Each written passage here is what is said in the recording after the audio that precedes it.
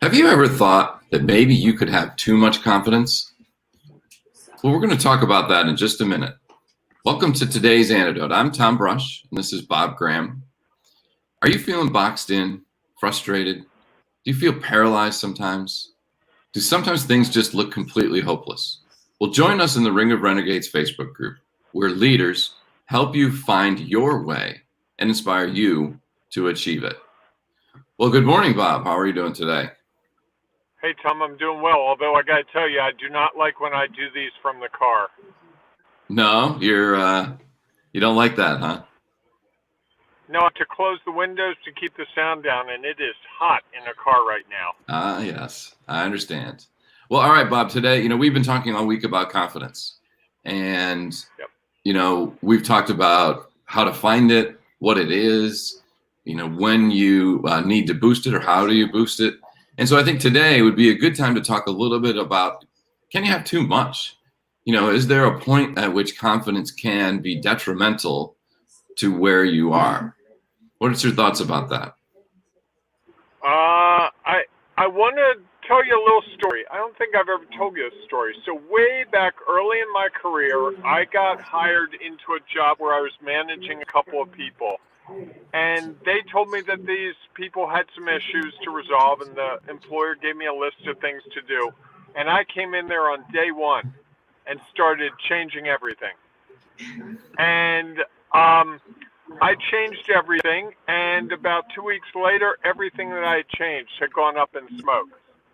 All the things I changed were far worse than what they had already in place. So I made a bad situation horrible. Single-handedly. There was no other, couldn't point the finger at anything except the new guy. And it was a real good lesson for me because it was one of those situations where my employer was kind enough to explain it to me. And she said that, hey, Bob, you have to get the lay of the land. You have to understand things. You can't just come in with great ideas and think you know everything when the other people have been there for a while. It just doesn't work. And my overconfidence really put me at a disadvantage in that job for a while. And I had to really work to prove that I was a team player. And I think that's one of the things that happens a lot when you have overconfidence. It becomes about me, not us. And that can be really difficult when you're working with clients, when you're working by yourself. However it is, if you're not an us person, it's really hard to be successful. So overconfidence to me is about me. And being appropriately confidenced, for want of a better phrase, just having the right level of confidence, working with people collectively, that's when it's really about us. Does that make sense? It does. I hadn't thought about it that way. I had just thought about, I was thinking about overconfidence as, I've done this thing a million times, it's no big deal, I can get it done. And in reality, that's exactly what you're saying, is when I think about it that way, that's about my delivering something or providing something, not about what is the group I'm in front of. How are they going to receive it? What do they need? How are they different from the last time I did this or the last group I was in front of? And so I think that's that's good feedback or a good way to look at it. So it does make sense. And even if you're a single consultant working with one-on-one with clients, it's not really all about you. Even though you might be doing the same thing you've done a million times, and you go, like for me, writing a press release, I can do it in my sleep. It's super easy. However, writing a press release that meets the client's needs and says what they need it to say, that meets their specifications and does what they need, that can become more difficult. And while I'm confident in my skill as a writer of press releases, I'm not always confident in my skill in how the exact words are going to go, what quote, and all that stuff to meet the client's needs. Well, because there's the process of writing it, and there's the language, knowing and understanding the English language. But then there is, how do they use it? What does their audience need that you may or may not have a complete awareness of? And if you just think, oh, okay, I just have to write a press release. That writing a press release is easy. making it for you, making it specific for an organization using their language, focusing on the things that their people need. That might be the thing that if you're not really aware of, you might miss out on. Right. And I think of, a friend Alicia who does real estate. Selling houses is pretty routine, but getting the right person with the right price to sell a house to the right person who wants to buy that specific house in that location at that time, because of all those things, that's the art of it. And I think all of us have an art that we do in our career that we may not be aware of. And it's easy to get comfortable and be overconfident in the skills and forget about the art part of it. And to me, the art is what makes it valuable and what makes someone spend the money they do for whatever we do. Right. So how do we avoid that? What's the, not, how do you look at that differently? How do you try to address that? Whether it's, when you came in to work with that group that you talked about, or when you're writing a press release. And it's funny I brought that up because I haven't written a press release in like 6 months, so it's really weird to use that example. It's just one of those things that popped up. The key is to be around the right people, to have honest people that give you honest feedback. Like if I write a press release, a chapter of a book, I wrote a statement yesterday for a group I'm working with, and I wanted honest feedback. And I went to the person I thought would be most critical and asked him for his feedback and said very specifically, I want you to be as brutally honest about this as possible. And he said, really? I said, yeah, because that's what I need to make it better. And just saying, yes, that's amazing doesn't help me. Just going, oh, Bob, you're the most amazing person in the world. I can get the yes people. I can get the people who love me. They're out there. I know it's hard to believe, but they are. Getting the people that will be honest with me, that will give me the feedback that makes me better at what I do, that helps me learn, that helps me avoid overconfidence or underconfidence is really the key. And it's taken me many years to realize that I need to find those people at all times.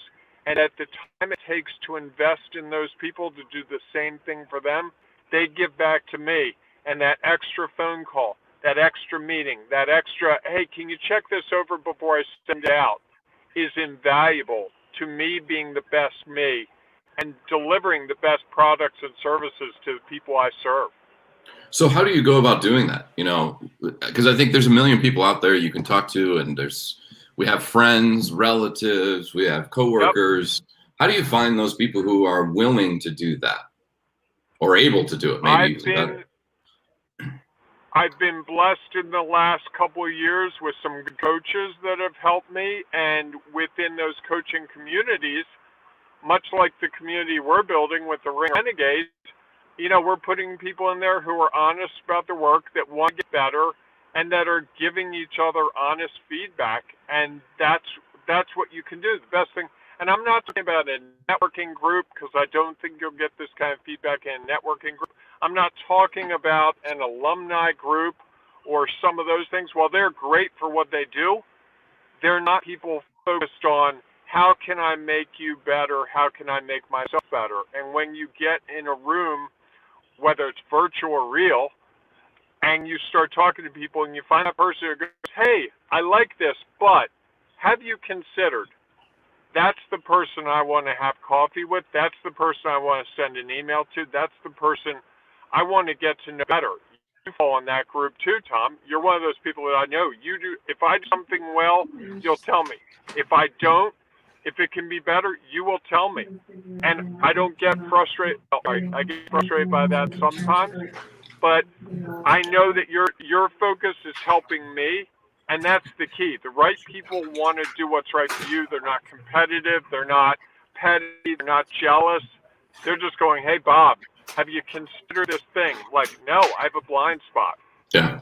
So does that help explain? It does. Yeah, no, I think that was helpful, because I think that's usually the thing, we talk about topics, and sometimes I think we say things that for us have become routine, that for others are now like, I don't, I was doing that the other day. I was doing a presentation or a talk to a networking group and talking about coaching, and somebody said, well, how do you find a good coach? So I think sometimes it's just helpful to provide that next little tip. So as we round out today, what is that one antidote that you can give people to do or to find as they consider what to do about being maybe overconfident?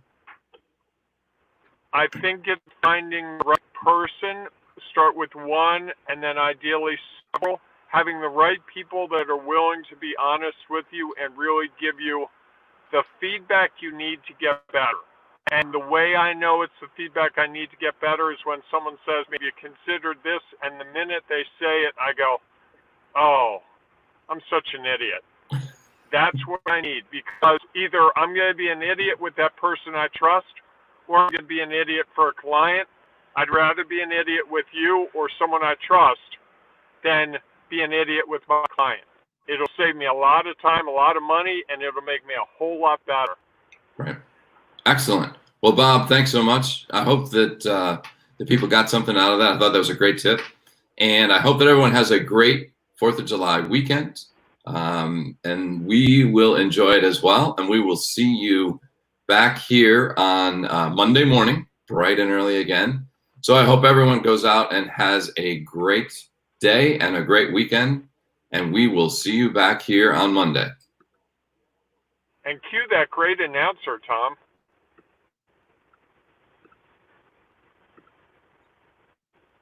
Hey, if you want to continue the conversation and hear 3 tips on how you can deal with possible overconfidence, please join us at renegadewayfinders.com, where we help leaders take powerful action and overcome the obstacles standing in their way.